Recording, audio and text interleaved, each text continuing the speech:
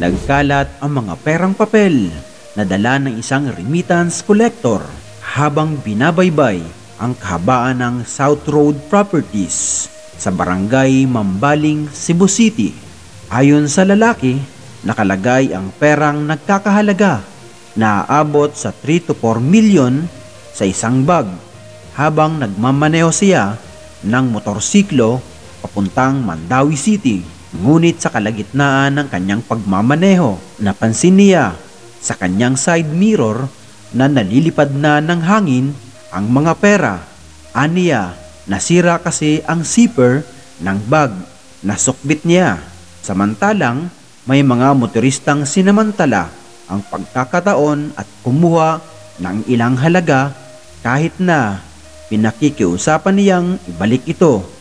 Mayroon namang nagbalik ng bahagi ng kanilang napulot, ngunit ibinulsa ang karamihan.